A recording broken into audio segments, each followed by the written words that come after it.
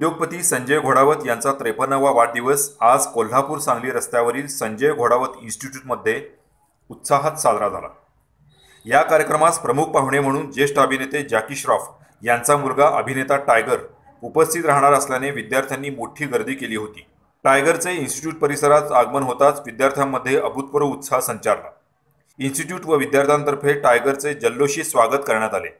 यावेळी संजय घोडावत यांना टायगर श्रॉफने आपल्या मनोगतात शुभेच्छा दिल्या। तसेच टायगरची उत्तम डान्सर अशी ओळख असल्याने विद्यार्थ्यांच्या आग्रहानुसार त्याने काही क्षण नृत्य केले।